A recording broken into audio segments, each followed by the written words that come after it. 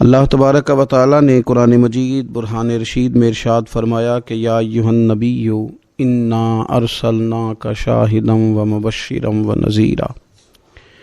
فرمایا محبوب صلی اللہ تعالیٰ علیہ وسلم ہم نے آپ کو گواہ بنایا ہے، خوشخبری دینے والا بنایا ہے اور ڈر سنانے والا بنایا، وداعیا الی اللہ، اور آپ کو اللہ کی طرف دعوت دینے والا بنا کے بھیجا ہے، بِإِذْنِهِ، اس کے حکم کے ساتھ، اس کے اذن کے ساتھ، وَسِرَاجًا مُنِيرًا، اور چمکتا ہوا آفتاب بنا کے بھیجا ہے۔ اے محبوب صلی اللہ تعالیٰ علیہ وسلم آپ کو داعی الی اللہ بنایا، اللہ کی جانب دعوت دینے والا بنا کے بھیجا ہے۔ انسان جب تک اللہ اور اس کے رسول صلی اللہ تعالیٰ علیہ وسلم سے ذہنی طور پر اور روحانی اور قلبی طور پر وابستہ نہیں ہوتا، اتنی دیر تک وہ کمزور رہتا ہے، اور جب وہ رب رسول سے وابستہ ہو جاتا ہے، اس کا عقیدہ اللہ اور اس کے رسول صلی اللہ علیہ وسلم کی ذات پر مضبوط ہو جاتا ہے، پھر وہ ذہنی طور پر فکری طور پر مضبوط ہو جاتا ہے۔ نبی پاک صلی اللہ تعالیٰ علیہ وسلم کی تشریف آوری سے پہلے جو بنیادی مسئلہ تھا وہ یہ تھا کہ کفار مکہ، قریش بہت سارے بتوں کی پوجا کرتے تھے، تو جو نظریاتی کمزوریاں تھیں، جو فکری فقدان تھا، وہ ان کے اندر بہت زیادہ تھا۔ حج کر کے آتے تھے تو اوہام پرستی کا شکار تھے، حج کر کے آئے ہیں تو دروازے سے داخل نہیں ہوں گے، اوپر سے کود کر کے آئیں گے، کپڑے اتار کر معاذ اللہ بیت اللہ شریف کا طواف کرتے، قربانیاں کرتے تو ان کا خون کعبے کی دیواروں کے ساتھ ملتے۔ مصر کے اندر یہ رسم پائی جاتی تھی کہ وہ سال کے بعد ایک لڑکی کو ذبح کر کے دریا میں ڈالتے تھے تو تب دریا چلنا شروع ہوتا تھا، اور اس پر انہوں نے نظریہ بنا لیا تھا کہ ایسا ہوگا تو تبھی معاملہ آگے بڑھے گا۔ نبی پاک صلی اللہ تعالیٰ علیہ وسلم نے ان سب لوگوں کو اللہ کی جانب دعوت دی۔ حضور علیہ السلام نے فرمایا میں تمہارے سامنے جو تعلیمات لے کے آیا ہوں ان میں کوئی اوہام پرستی نہیں، اس میں توہمات کا کوئی تذکرہ نہیں، ایک مضبوط دین، اللہ تبارک و تعالیٰ کی ذات پر بھروسہ، اللہ تبارک و تعالیٰ کی رحمت سے امید، ان سب چیزوں کو رسول پاک صلی اللہ تعالیٰ علیہ وسلم نے لوگوں کے ذہنوں تک اتارا۔ جب تک انسان کا بھروسہ عام انسانوں سے وابستہ رہتا ہے، دنیا داروں سے وابستہ رہتا ہے، پیسوں سے وابستہ رہتا ہے، دنیاوی معاملات کے ساتھ وابستہ رہتا ہے، تو وہ کمزور ہوتا جاتا ہے دن بدن۔ اور رسول پاک صلی اللہ علیہ وسلم داعی الی اللہ ہیں، تو حضور نے ہمیں یہ سوچے دی ہیں کہ تم نا اپنے آپ کو اللہ رسول سے وابستہ کرو، پھر یہ جو کمزوری ہے نا، کمزوری یہ تمہارے دل سے نکل جائے گی۔ ہم دیکھتے ہیں کہ آج بہت سارے لوگ ایسے ہیں جو مایوسی کی گفتگو کرتے ہیں، اگر غریب ہو گئے ہیں تو تب بھی ان کے جملوں میں معاذ اللہ مایوسی ہے، کہیں بیمار ہو گئے ہیں تو پھر بھی وہ گھبرائے سے ہیں، وہم کا شکار ہیں، اگر کسی جگہ کوئی آزمائش ان پر آ گئی ہے تو بھی مختلف توہمات کا وہ شکار ہو جاتے ہیں۔ اگر توجہ اللہ رسول کی جانب ہو اور وہ سوچیں جو رسول پاک صلی اللہ علیہ وسلم نے ہمیں دی ہیں ان پر توجہ ہو، تو پھر انسان کسی وہم کا شکار نہیں ہوتا، پھر وہ مضبوط زندگی گزارتا ہے اور مضبوطی کے ساتھ آگے بڑھتا ہے، چونکہ اس کو سمجھ آ گئی ہے کہ میرا خالق اللہ ہے، رازق اللہ ہے، پیدا کرنے والا اللہ ہے، اور میرے تمام معاملات کا محافظ بھی میرا اللہ ہے۔ پھر وہ کمزور نہیں پڑتا، پھر وہ زیادہ امیدیں لوگوں سے وابستہ نہیں کرتا، دنیا داروں سے، سیٹھ و نوابوں سے زیادہ امیدیں نہیں وابستہ کرتا، پھر اس کی امیدیں اللہ سے اور اللہ والوں سے۔ پھر وہ اللہ رسول کی بارگاہ میں اپنے آپ کو پیش کر دیتا ہے۔ حدیث مبارکہ ترمذی شریف میں موجود ہے، راوی حضرت عبداللہ ابن مسعود رضی اللہ تعالیٰ عنہ ہیں۔ ذرا حضور صلی اللہ علیہ وسلم کے تربیت کرنے کا انداز دیکھیے گا۔ حضرت عبداللہ ابن مسعود رضی اللہ تعالیٰ عنہ روایت کرتے ہیں کہ نبی پاک صلی اللہ تعالیٰ علیہ وسلم نے فرمایا کہ اللہ تعالیٰ نے ہر جان کو پیدا فرمایا، ہر جان کو اللہ تعالیٰ نے پیدا کیا، تو تین چیزیں رب کریم نے لکھ دیں اس کے لیے۔ ہر جان کو پیدا کیا تو اللہ نے لکھ دیا، کیا لکھا؟ اس کا رزق کتنا ہے یہ بھی رب نے لکھ دیا، عمر کتنی ہے، زندگی کتنی ہے یہ بھی رب نے لکھ دیا، اور جو اس پر مشکلات آئیں گی وہ بھی اللہ نے لکھ دی۔ اس کی حکمت کے تقاضوں کے تحت جو مشکلات آئیں گی انسان کی گناہوں کی معافی کا سبب بنے گی، نیک ہے تو درجات کی بلندی کا سبب بنے گی، تو جو مشکلات اس کی طرف آئیں گی، جو مصیبتیں، بیماریاں، تنگیاں، وہ سب اللہ تبارک و تعالیٰ کی حکمت کے تقاضوں کے تحت آئیں گی۔ اب انسان یہاں گھبرایا رہے، مایوس ہو جائے۔ ایک بات اب ذرا یہاں صوفیاء کہتے ہیں، وہ بھی سمجھنے والی ہے۔ وہ کہتے ہیں کہ اصل بات یہ ہے کہ جس رب کی طرف سے تو کرم قبول کرتا ہے نا، اس کی طرف سے آزمائش بھی قبول کر۔ وہ کریم جو تیرے اوپر رحمت کے دروازے کھولتا ہے، کبھی اپنی حکمت کے تقاضوں کے تحت تجھے کسی مشکل میں ڈالے تو اسے بھی تھوڑا سا قبول کر۔ ایسا نہ ہو کہ میٹھا ہے تو فٹافٹ تو قریب کرے، اور اگر تھوڑا سا تجھے کوئی ترش رویے سے، ترش جگہ سے گزرنا پڑے تو پھر تو گھبرا جائے۔ تو اپنے مالک کے سپرد جب اپنے آپ کو کر دے گا، پھر تیری طبیعت سکون میں آ جائے گی، تیرا قلب ٹھنڈک میں آ جائے گا۔ محمود غزنوی رحمت اللہ علیہ مالٹا کھا رہے تھے، ایک ٹکڑا اس کا، ایک خاش اس کی اپنے ہاتھ سے نکال کر کے ایاز کو کھانے کے لیے دی، ایاز فٹافٹ کھا گیا۔ بعد میں ایک ٹکڑا محمود نے اپنے منہ میں ڈالا تو بڑا کڑوا محسوس ہوا مالٹا، تو اس نے اس کو تھوک دیا اور ایاز کی طرف دیکھ کے کہنے لگا بہت ترش تھا، بہت کڑوا تھا، کس طرح تم کھا گئے؟ اللہ اکبر۔ تو ایاز نے جو بات کی وہ ہمیں سمجھاتی ہے کہ بندے کا رشتہ کس طرح کا ہونا چاہیے۔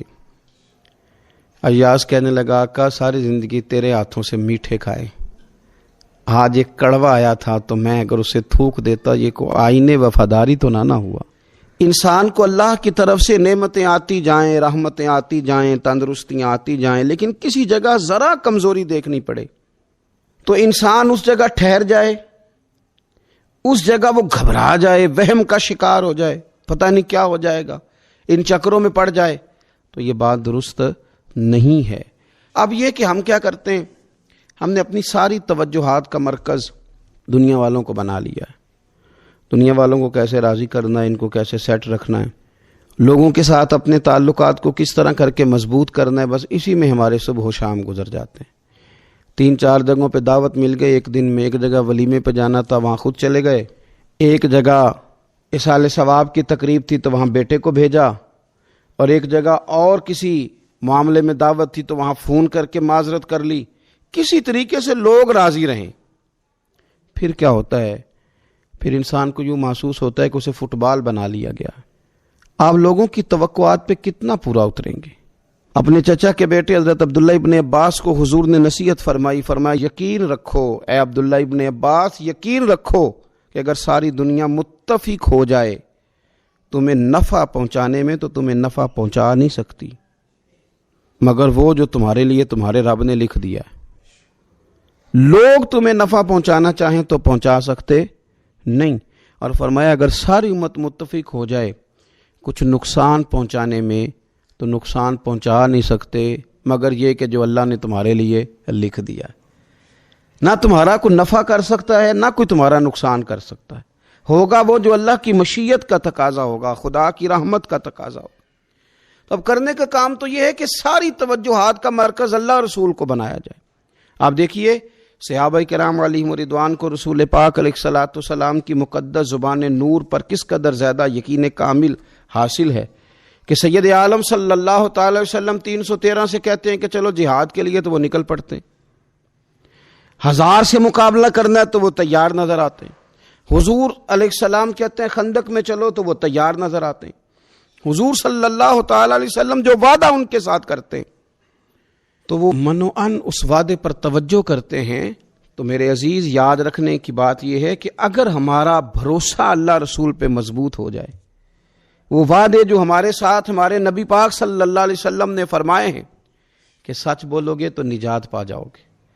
وہ جو نبی پاک صلی اللہ علیہ وسلم نے ہمیں فرمایا کہ 2 چیزوں کی تم مجھے ضمانت دو، میں تمہیں جنت کی ضمانت دیتا ہوں۔ یا رسول اللہ کون سی؟ فرمایا کہ 2 جبڑوں کے درمیان جو تمہاری زبان ہے اس کی مجھے ضمانت دے دو، اور ایک تمہاری 2 ٹانگوں کے بیچ جو شرمگاہ ہے تو مجھے اس کی ضمانت دے دو، میں تمہیں جنت کی ضمانت دے دیتا ہوں۔ تو وہ ساری چیزیں جو رسول کریم صلی اللہ تعالی علیہ وسلم نے ہمارے لیے رکھی ہیں،